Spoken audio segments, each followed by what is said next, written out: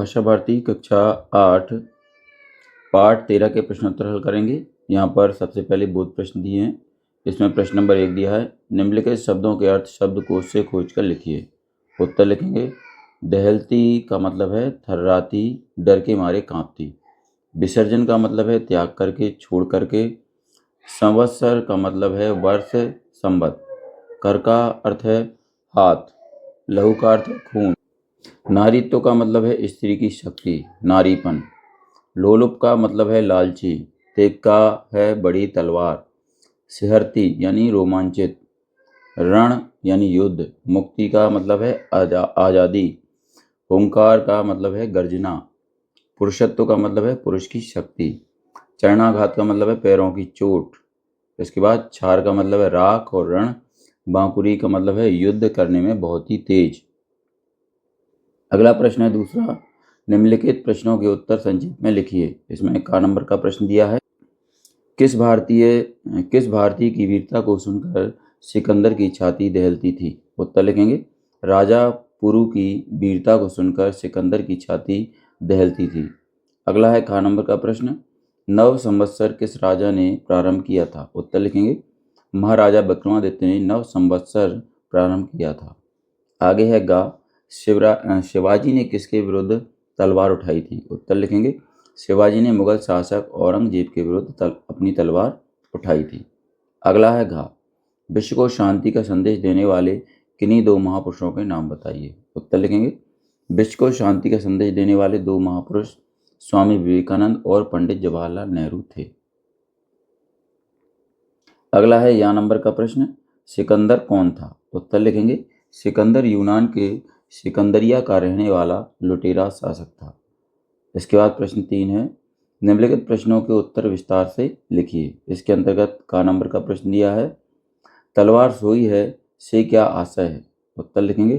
तलवार सोई है इस कविता से यह आशय है कि देश के वीर सैनिकों ने अपनी उस तलवार को उठाकर रख दिया है जिसे वे हिंदुस्तान की शान पान और मान की रक्षा के लिए हर समय उठाए रहते थे।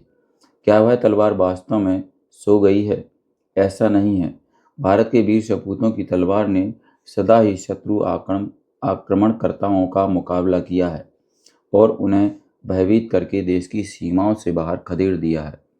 सिकंदर और बाबर दोनों ही हमारे देश पर आक्रमण करने वाले विदेशी लुटेरे थे। वीर हिंदुस्तानी सैनिकों के रण कौशल से भयभीत होकर वे उल्टे पैर लौट पड़े। भारतीय युद्धवीरों की तलवार की आवाज़ से शत्रुओं की फौजें बिखर जाती थीं, अर्थात युद्ध छोड़कर लौट पड़ती थीं। वे शत्रु वैसे रोमांचित होकर पीर दिखा जाते थे। ऐसे उन भारतीय वीरों की तलवार कभी भी सोई हुई नहीं रही है। अगला है प्रश्न खा, हर्ष इतिहास में क्यों प्रसिद्ध है। उत्तर लिखेंगे।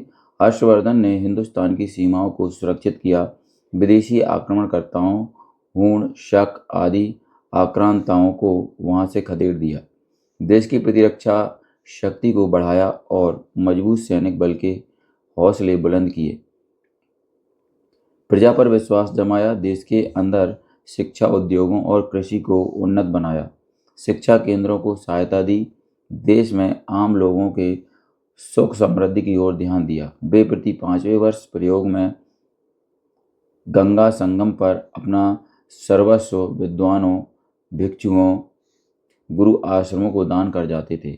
वे बौद्ध मत में दीक्षा प्राप्त करके अहिंसा का पालन करते थे। प्रजा से कर के रूप में बहुत कम धन लेकर उसकी कई गुना वृद्धि करके राज्य के कल्याण में सारा धन लगा देते थे। अपने महान कार्यों के लिए हर्ष प्रसिद्ध थे। अगला है गा नंबर का प्रश्न, यदि किसी ने हमारी स्वतंत्रता छीनने का प्रयास किया तो हम क्या करेंगे। उत्तर लिखेंगे। भारतवर्ष एक महान और विस्तृत गणतंत्र राष्ट्र है। प्रभुसत्ता प्रसन्न देश अपनी चारों ओर की सीमाओं की रक्षा बड़ी तत्परता से कर रहा है। सीमा सुरक्षा बलों की अकूत शक्ति पर देश के प्रत्येक नागरिक को पूर्ण भरोसा है। वे किसी भी दिशा में विदेशी शत्रुओं के द्वारा किए आक्रमण को असफल करने में पूर्णतः सक्षम हैं। वैसे हम शांति के दूत और अहिंसा के पुजारी हैं। हम दूसरे देश की मान मर्यादा पर आक्रमण करने वाले नहीं हैं, परंतु यदि किसी ने भी हमारी आज़ादी को ललकारा अथवा हमारे राष्ट्र की सीमाओं को तोड़ा अथवा अपनी कुदृष्टि से देश को आघात पहुंचाया तो हमारे रणबांकुरे वीर सैनिक हुंकार भर उठेंगे। उस आक्रमणकारी शत्रु को सब प्रकार से नष्ट करके खदेड़ देंगे। देश के सम्मान की रक्षा के लिए भयंकर युद्ध करेंगे। देश की स्वतंत्रता की रक्षा के लिए हम प्रलय ढा देंगे। अगला है ग नंबर का प्रश्न, चित्तौड़ का जौहर क्यों प्रसिद्ध है? उत्तर लिखेंगे। चित्तौड़ का जौहर इस बात के लिए प्रसिद्ध है कि युद्ध में वीर भारतीय रणबांकुरे ने देश की रक्षा में अपने प्राणों की आहुति दे दी। जब वे शत्रु का मुकाबला अपने प्राणों की आहुति देकर भी किया करते थे, तब उनके इस महान बलिदान की खबर पाकर राजपूत स्त्रियां भी शत्रुओं से अपनी लाज बचाने के लिए जलती हुई आग में सामूहिक रूप से कूदकर स्वयं को जला देती थीं। यह एक ऐतिहासिक सच्चाई है। उन राजपूत वीर छत्राणियों के लोमहर्षक इस महाबलिदान की परंपरा कई वर्षों तक जीवित रही। अगला है या नंबर का प्रश्न, इस कविता से हमें क्या संदेश मिलता है? उत्तर लिखेंगे। इस कविता से यह संदेश मिलता है कि भारतीय वीर सैनिक प्रतिपल देश की सीमाओं, आज़ादी तथा उसके सम्मान की रक्षा के लिए तैयार हैं। हर्षवर्धन का त्याग और वीरता, विक्रमादित्य का शिक्षा प्रेम और भारतीय संस्कृति के विकास की स्मृति हमें संदेश देती है कि हमें सदैव ही अपनी सांस्कृतिक विरासत को संपन्न बनाकर उसकी रक्षा करनी है। देश के ऊपर विदेशी आक्रांताओं से अंतिम श्वास तक लड़ते हुए अपनी आज़ादी की रक्षा का संदेश प्राप्त होता है। स्त्री और पुरुष दोनों ने ही देश के लिए अपने प्राणों का त्याग किया है। हम युद्ध प्रिय नहीं हैं, लेकिन प्रिय राष्ट्र की रक्षा के लिए महान से महान त्याग करने से पीछे नहीं हटते। हम भारतीयों ने कभी भी विस्तारवादी नीति नहीं अपनाई है, दूसरे देशों पर आक्रमण नहीं किया है, लेकिन जिस किसी ने भी देश की आज़ादी, उसकी सीमाओं को कुचला तो हम उसको मुंहतोड़ उत्तर देंगे। अगला है प्रश्न 4, निम्नलिखित पंक्तियों का संदर्भ सहित अर्थ लिखिए। तो यहाँ पर ये पंक्तियाँ दी हुई हैं, तो इनका बच्चों अर्थ आप अपने अध्यापक की मदद लेकर लिखेंगे। अगला है 5वां प्रश्न, निम्नलिखित पंक्तियों का आशय समझाइए। तो यहाँ पर भी देखिए ये अर्थ ही करना है, तो यहाँ पर भी आप अपने शिक्षक की मदद से करेंगे इसको। आगे है भाषा अध्ययन। इसमें प्रश्न 1 दिया है, इस कविता से 5 आगत शब्द छांटकर उनके हिंदी शब्द लिखिए।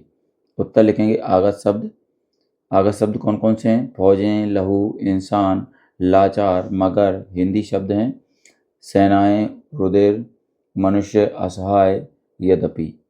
अगला है प्रश्न 2, निम्नलिखित पाठ्य पुस्तक में दी गई वर्ग पहेली से आकाश, रण और लहू के दो पर्यायवाची शब्द लिखिए। उत्तर लिखेंगे। आकाश का लिखेंगे नभ, व्योम। रण का लिखेंगे संग्राम, युद्ध। लहू का लिखेंगे रुधिर, रक्त। अगला है तीसरा प्रश्न, निम्नलिखित शब्दों के वाक्य प्रयोग उनके विलोम शब्दों के साथ लिखिए। यहाँ पर वाक्य हैं अहिंसा, अर्थ, शांति, आग। उत्तर लिखेंगे। पहला है अहिंसा। अहिंसा का भाव हिंसा से स्पष्ट हो जाता है। दूसरा है अर्थ और अनर्थ दो विरोधी शब्द हैं। तीसरा है शांति की स्थापना अशांति के बाद होती है। चौथा है आग को पानी से बुझा दिया जाता है। अगला है चौथा प्रश्न, नारी में त्व प्रत्यय जोड़कर नारीत्व तथा पुरुष में त्व प्रत्यय जोड़कर पुरुषत्व बना है। इसी प्रकार 3 और शब्द बनाइए। चलिए उत्तर लिखेंगे। पहला है सती धनत्व बराबर सतीत्व। दूसरा है मनु धनत्व मनुष्यत्व। तीसरा है देव धनत्व देवत्व। इसके बाद प्रश्न नंबर 5 पर आते हैं। इस पाठ में तुकांत स्थिति समझकर तुक मिलाने वाले शब्द छांटकर लिखिए। उत्तर लिखेंगे। पहला छाती सिकंदर की तेग बाबर की। दूसरा सिहरती थी उभरती थी। तीसरा है हर्ष और विक्रम संवत्सरों का क्रम। चौथा है शिवाजी ने राणा प्रतापी ने। पांचवा है जग को विस्तार चाहा है अधिकार चाहा है। छठा है न चूकेंगे नहीं देंगे। इसके बाद प्रश्न नंबर 6 है, नया समझो कि हिंदुस्तान की तलवार सोई है कविता में कौन सा रस है? नाम लिखकर स्थायी भाव भी लिखिए। उत्तर लिखेंगे। नया समझो कि हिंदुस्तान की तलवार सोई है, इस कविता में वीर रस है। वीर रस का स्थायी भाव उत्साह होता है। तो बच्चों यहाँ पर ही हमारा पाठ समाप्त होता है। अगर आपको हमारा ये वीडियो अच्छा लगता है तो इसको लाइक करें, अपने दोस्तों के साथ शेयर भी करें। इसी तरीके के और भी वीडियो पाने के लिए हमारे चैनल को सब्सक्राइब करना न भूलें। धन्यवाद।